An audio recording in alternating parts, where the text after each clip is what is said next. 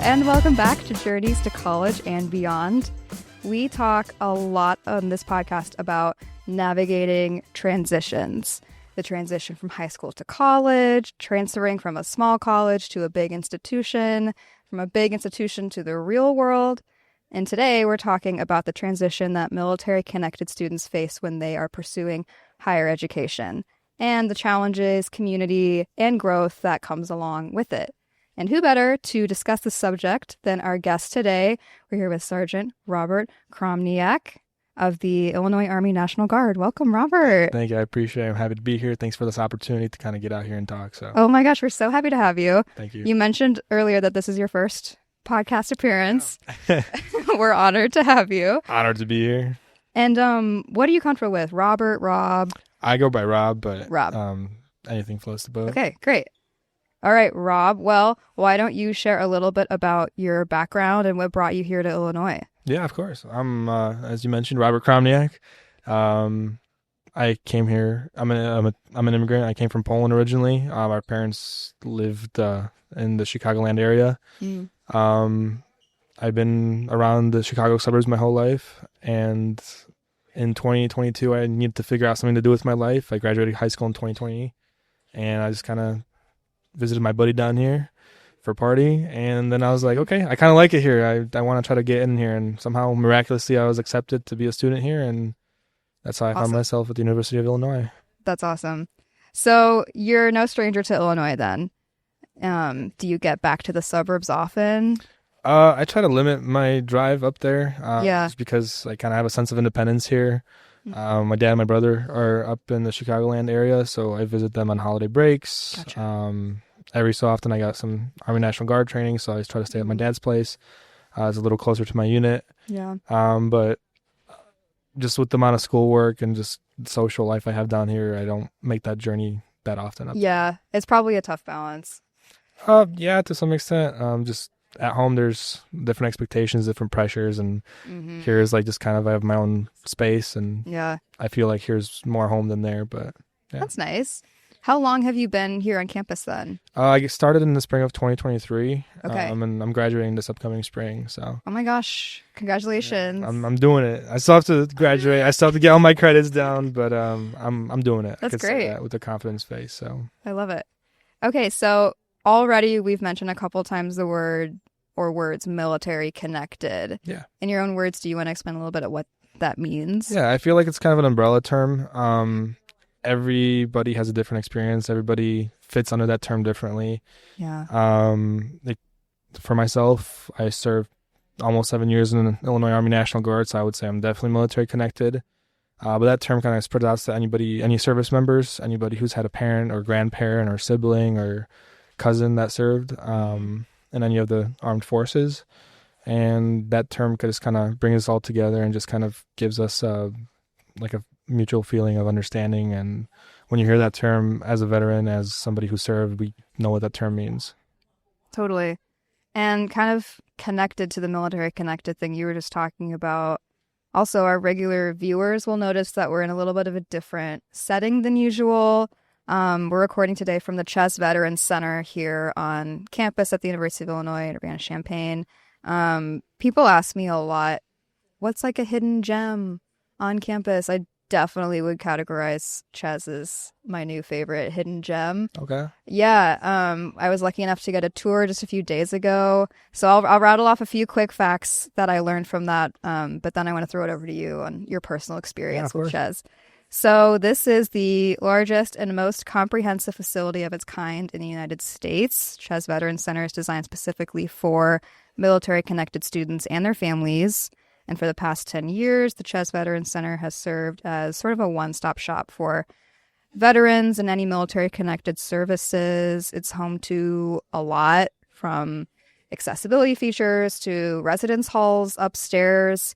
There's a kitchen like right around the corner. There's service dogs running around between the cameras right now. There's a lot going on here. And it seems like a really cool space. What's your experience with Chez? I mean, so as you mentioned, hidden gem, that term is definitely applicable and appropriate. Myself being a student here, I didn't know that Chez exactly existed my first semester. I mean, it's just my first semester here was a little wild. It was my first time back in school in like 3 years. And then I had the COVID semester when I graduated high school, so that definitely threw it under the bus a little bit. But I didn't know the Chez existed. It was definitely a hidden gem. But once I discovered it, it was truly a treasure. And my experience has been great. It's a wonderful building. I went to I tried to go to UIC for a semester before I withdrew.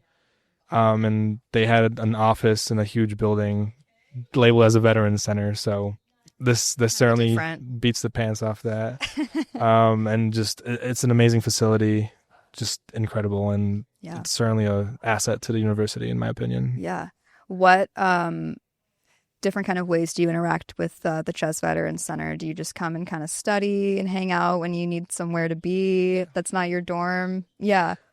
So I work here first off. I'm a work study. Oh, wow. I have a work study position here. So that's amazing. In order to get the job, you have to be military connected. And it's flexible, as in it kind of matches along with my schedule. The liberty of the projects I have to do is very open, and usually I select topics that I'm familiar with, just to kind of spread the wealth and spread the knowledge. But also my interactions for here, like I know everybody who lives here, I know everybody who works here, everybody has some sort of service connected life situations. And just the community, like having a building that is your space or anybody's space is just amazing, and it just brings us all closer together, and just is like the foundation stone of like our identity and what being a veteran means, in my opinion. Totally. And what does being a veteran mean in your opinion? For me, it's just the most honorable thing in my particular life. I'm an immigrant. I love this country. When I hear the term veteran, it's somebody who stepped on that line, who signed the dotted line and just did more than was expected of them and served their country. And I think it's a beautiful thing. I think America and just the way the veterans are treated and have the opportunities is compared to no other. And it's just an honor to be a veteran and serve people and serve this amazing country. So to me, it means a lot. That's beautiful. And again, of course, thank you for your service. I appreciate the support. Yeah, of course. I haven't done much. I feel like every veteran is going to say that, but experiences vary, and I appreciate the support. Thank you. Absolutely.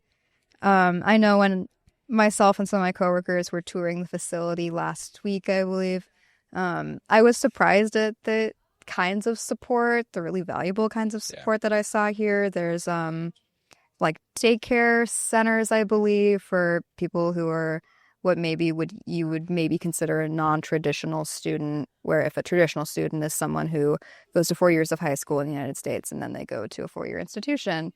A veteran pursuing higher education, that's maybe not necessarily the case. They may be older, they may have children, they may have families. So I think it's cool that this space is kind of accommodating for all of that and helping. For sure, yeah. Like you said, a lot of us are non-traditional students, myself being one of them. Half the residents here are non-traditional students. A lot of them have kids, a lot of them have like bigger life goals going on. And like you mentioned, this facility kind of accommodates all of that, and it's amazing for like what can be done here and achieved here. So it's great. Super impressive. Oh yeah, I agree. Are you gonna miss it when you have to bye? For sure. I'm trying to figure out life right now, so like the Chez is definitely a big part of that. I miss walking into a building. I'm gonna miss walking into a building and just everybody kind of knows my story and my situation. There's somewhat of like a background that like veterans love to talk about what they did, and that certainly is the case here. Every day somebody here is going to tell about a different experience or something they did or something stupid or funny that somebody else did, and it's just like I kind of shared my experience with everybody, so like everybody kind of knows what I've been through, and I don't have to reintroduce like myself, and I don't know, I'm gonna miss that unity in a way. Yeah, I bet this is a unique space for that kind of community. I'll find my own space like when I go do bigger and better things, but for the last, I would say 2.5 years, this has been like a foundation stone of who I am on campus. So definitely gonna miss that, but it's time to grow and move forward, you know. I love that. I think that's a great attitude. So like talking about your growth and sort of your next steps, I know one big effort of the Chez Veterans Center is, we talked about transitions, helping with that one, obviously the transition from military service to being a student, which can be kind of jarring. So I'd love to talk about that. And then also the transition that they take on a big role in sort of helping you find what it is you want to study and what it is you want to do after you get your degree. Yeah. Yeah. Kind of a loaded question, but I don't know. I'll dissect it one by one, Sure. Everybody has a different experience in the military. I have a different experience. Other people have different experiences. And that transition moment is really important. You go kind of from like a very structured life. You wake up at this time, you get told what to do. You know what has to be accomplished by what time and what are the expectations, because everything's written. We have guides for everything. How to assemble a weapon, how to clean something, how your bed should be made, stuff like that. So you go kind of from a very structured lifestyle to just a college lifestyle, which is like no structure. No structure. You make your own structure, set your own schedule. Like what you do every day is kind of up to you, and just that in itself is kind of daunting. And I transitioned twice. When I first was a student here, I just came off a National Guard activation. I was in Texas for a little bit, and then last year I was deployed. I was in Europe actually, and wow. So I transitioned twice. I went from that's a lot. It is a lot, but we somehow managed. The school is very flexible with like my schedule, especially last year. I took some online classes, just filler classes, which worked out perfectly because I only need a few more credits to graduate in the spring. But then the transition, like last year in Europe, I was part of a finance team. I don't have a finance background in the Army, but they trusted me to do finance stuff, and I was a linguist at the same time. I'm bilingual in Polish. Yeah. And so just that transition back was a little rough for me at the start, just because I went from a very structured day. Everything was the same every day. I had a team. I had people underneath me. I had to delegate certain things, to just kind of no structure at all. So I felt a little bit lost at the beginning, but I came straight to the center. They kind of gave me a bigger role. They helped me transition out of having a lot of responsibility to no responsibility by assigning me certain tasks and just kind of working with me. Oh, cool. Everybody here, all the higher ups are kind of all military related, so they understand that some of us need a bigger purpose, and they found like little tasks, bigger tasks for me to have that kind of sense of purpose. And that transition was smoother than I expected, because the daunting thing was after 11 months of active duty service, I go back and try to act like a college kid. And I was really scared at the beginning because I came home in November. The first month back was very unstructured and just kind of scared or scary. But then when I got back, it was a pretty smooth transition, I would say. So for me, worked out perfectly. Some people struggle with that. But the center, it's a big jump. And especially for those people who had 4 or 5 years of active duty service and then have to take a step back, work with younger individuals and be seen as their peers. It's a little daunting, but I think that Chez kind of leads classes about transition lifestyle, and I think it prepares people for a smoother transition. So that's awesome. What's like one thing you think you've learned or taken away from one of those courses? How to interact with people. Not everything you see in movies about the military is true. There are certain aspects, especially the communication aspect, for some people. And just kind of going and just kind of taking a step back, being more open to critiques, being more open to just taking direction from somebody who might be younger than you. My TA is younger than me. For somebody who hasn't experienced the same thing as me, I feel like these classes that offer at the Chez kind of prepare you for that and just kind of give you the new perspective and understanding of what it means to be a college kid again. That's like huge. I feel like honestly everyone should take that class because it's some people struggle with that. I mean, yeah, it's a challenge. I mean, especially you alluded to like the COVID disruption that I think a lot of young people faced. I mean, everybody faced. So I don't know. That definitely did a number on how to interact with others. Yeah. I mean, this class I think is available to the public. I don't think it's only military. Really? Yeah, I don't think it's only military connected students that have to take it. I don't know the CRNs or anything, but I can get with you offline and just kind of see what's out there. Imagine if I needed you to know the CRN. I'm not saying. Yeah, there's something that exists. So yeah, is that true for just the general services of Chez as well, like the lobby that we're in right now? Yeah, I mean, everybody comes in here. Not only people who are military connected, like. That's the one like misconception I feel like that is about this place, that it's only for military. You can't enter if you're not military connected, while certain services may be available only to those military connected, like the VA services. Like a normal student wouldn't be using VA benefits. So in that aspect, that's that. But we have counseling on standby that's available for anybody. You have the kitchen facilities. You don't have to be a veteran to use any of that. We have a cool lobby you could come and study in. That you don't have to be military connected for that. And like sometimes it might get disrupted by military related activities, but anybody could come and use it. And that's kind of like a transition. Before, I think 2017, this place was called the Center for Wounded Veterans, and that in itself was a misconception because certain veterans like myself, I've never been in combat, and experiences vary. A lot of people that we get here haven't been in combat, and I'm not a wounded veteran, I would say, and so the name change in itself is more for veterans and military connected community rather than just wounded veterans. So that kind of opens up the space a little bit more. Cool. Wow. And that was in what year? 2017? I'm not exactly 100% sure about that, but around that time. It's been a while then. It's been a while, yeah. Before my time. I mean, come on down. We've got service dogs. Come on down. Yeah, we get service dogs. We'll have to get a shot at some point of service dogs. And they're here for a little like our POV. I think you should. Yeah, we got 4 massive dogs. Yeah, our lobby is always as full when dogs come. So. Yeah, we put it out on our we put it out on our social media when they're coming. So if you follow the Chez Veterans Center or on Instagram, we'll give out the dates like a week in advance. So cool. Yeah, I know. So as we're recording, it is almost finals time, finals week. How are you feeling about finals? Are you stressed? Are you ready? I'm ready. I'm an urban planning major, and the majority of my studies are project based. I was very fortunate to not have it be my first finals, and I dug deep right before fall break, and I really locked in. I was working 10 hours a day on getting my final projects done, so I would say I'm 85% of the way there. This next week is kind of just for like the minor tweaks and just the minor imperfections. Every time I open up my documents, I find something wrong, so I have to go back and change it, but that's just how project-based finals are.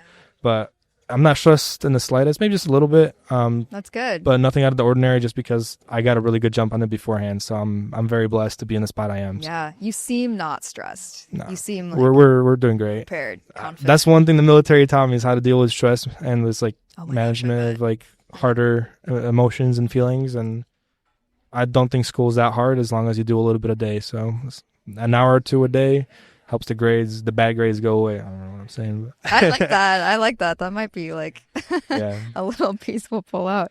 So you mentioned urban planning. How did you land on urban planning? Did you know you wanted to go in that before you got to Illinois, or was that something that resources here helped you kind of discover?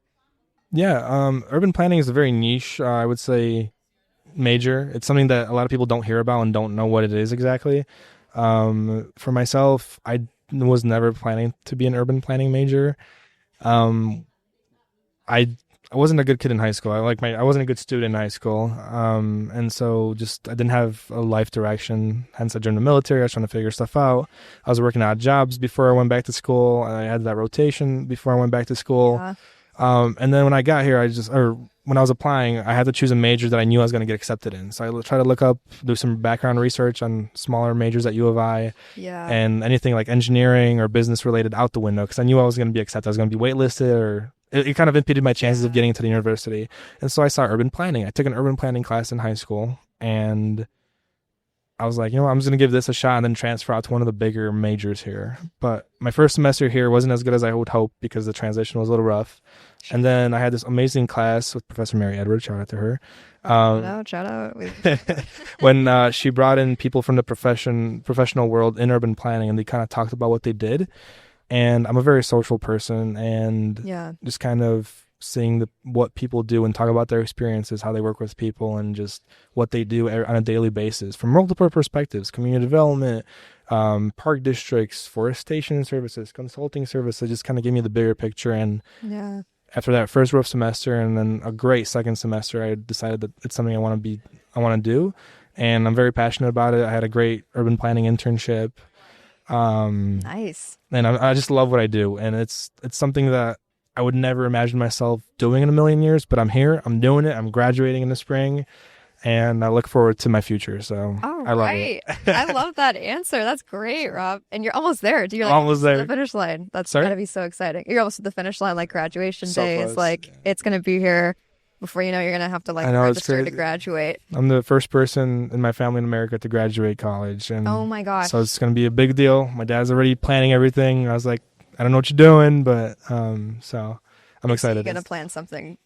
I mean, we don't have a lot of family here, but yeah, I know he's talking about throwing a party or something. Personally, I don't think it's that big of a deal, but I'm gonna let Papa Chromniak do. Rob, stop! It is. I'm gonna let him do what he wants to do. My job is to walk across the stage, not trip, and get my diploma. So, well, you already did like the hard part, which is like all of the work and all of the projects, and like next semester is like the first semester I get to chill a little bit. I'm taking some easy classes, taking volleyball. Like that's a class. I know. I was like, what? And it's just like I need just some fillers because I need only like 6 credit hours to graduate. But if I take full time, I get my housing stipend. Right, so you got to take something. So I got to take some volleyball. And I'm excited. I've never played volleyball in my life, so it's going to be very interesting. I feel like you're going to be really good at volleyball. I don't know why. I'm not the most. I'm gravitationally challenged, and my balance is a little off. So we'll see. But I'm tall, so it kind of helps out. That's like half the battle. Exactly. I am not tall, so volleyball was never quite my thing. But hey, that's what we're in college for: new experiences, trying new things, and volleyball is one of those things. So maybe I'll be really good on the list. Might as well get checked out, you know? Yeah, I love that attitude. Yeah, we love I love hearing about the fun random classes. I've never done something like that. So. I know ice skating was like a popular one. I like my ankles. I already have ankle issues, so ice skating is definitely off the table. I heard great things about it, but I'm good. I heard it was early in the morning, so that was what did it for me. I'm not. You're not an early riser? No, are you an early riser? You probably. Yeah, I go to the gym and I wake up at like around 5:45 to go. Okay. So I don't like it, but it's the best time for me to go. So. I have to do what I got to do. Like that. I like my bed though; it's comfortable. Drive that I have to. I do not. It's not for everybody. I can't study in the evening, so that's definitely off the table. So maybe you're better at that than me. But you alluded to some misconceptions in your previous answer about like how the media portrays veterans, maybe how someone who doesn't have anyone military connected in their life might assume veterans carry themselves or behave or whatever it may be. Communication you mentioned. What do you think are some of the main misconceptions that people often have about student veterans or military connected students? Yeah, like a lot of people get their information from media, social media or movies or TV shows, and I was going to say experiences differ. Not everybody's a door kicker. Not everybody is infantry. Not everybody does cool stuff. Like I mentioned, I was deployed. I was overseas. I was in Europe. I was doing paperwork. I was doing finance. I was a linguist. I was at the NATO exercise in Europe. I was working with the 1st Cavalry Division. I was translating a little bit here, a little bit there between the Polish forces. Yeah. And other than that, I was doing paperwork. Like I'm a qualified soldier. I could shoot my rifle. I could throw grenades. Everybody has that training, but the way the Army functions or any military branch functions, it's a lot of logistics. That's what won World War II, logistics. And so in order to keep that world of the Army and the military rotated, and it's just logistics and kind of getting under the gears of it and just kind of making it work. So experiences differ. A lot of people, when they hear the term veteran, they think we're a little slower, maybe a little bit different. What certainly is a misconception is that all we're good for is shooting and running fast. I'm not a good runner, but also like from that, everybody has a different thing they're good at. Sure. There's some insanely smart people I met in the military.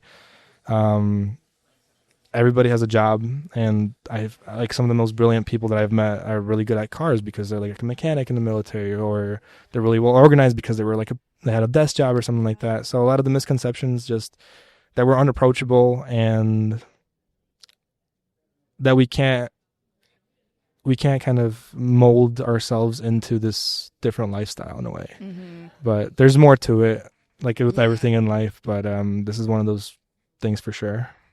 This is like a pretty similar question, but what's something students often don't know about your services that you wish they did? Yeah, I mean, experiences vary. For me, I'm an Army engineer. Mm-hmm. when people are like, what does that entail? I'm like, oh, I dig dirt, but there's more to it. I need to read blueprints. I need to understand the mission plan. I need to understand the why I'm doing stuff.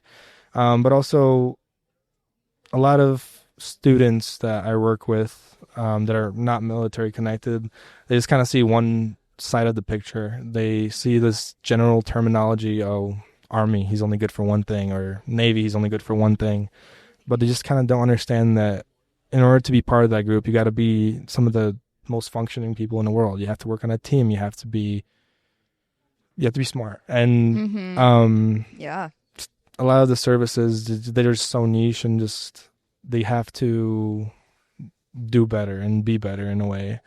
And just a lot of students that I've been with, they just think I'm just some grumpy old veteran that can't kind of work with 18 and 19-year-olds in certain classes, but that's definitely not the case. And I try to like form myself, and a lot of these veterans and military connected people try to like form themselves into like what the class entails and like what they have to do for that class to be successful, especially in a group setting. So yeah, totally. I mean, I think it's hard for anyone to show up to a space that's already a big difference from maybe what they're used to or comfortable with. Showing up with like preconceived notions or expectations is hard, but I can tell just from talking to you that you show up with like a good heart, you know, and good intentions. So everything in life is what you put into it. What you make of it is what you get out of it as well.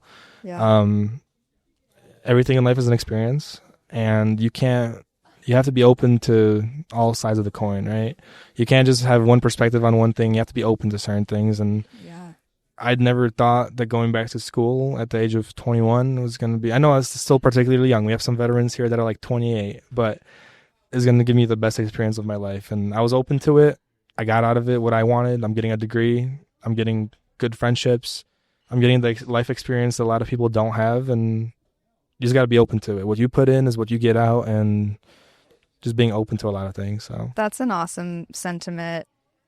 I think this will be my last question for you, Rob, which is what advice would you give to another veteran or military connected student that's considering college, specifically at Illinois? That's a great question. Don't be afraid to go back. Your service definitely took you to certain places. Some of them are uncomfortable. Some of them are wet, sleeping in the mud, sleeping outside. Don't be afraid to go back to college. Like, we just had an amazing student here that lives at the Chez. He graduated with his master's, and dude is 70 years old. He was a veteran.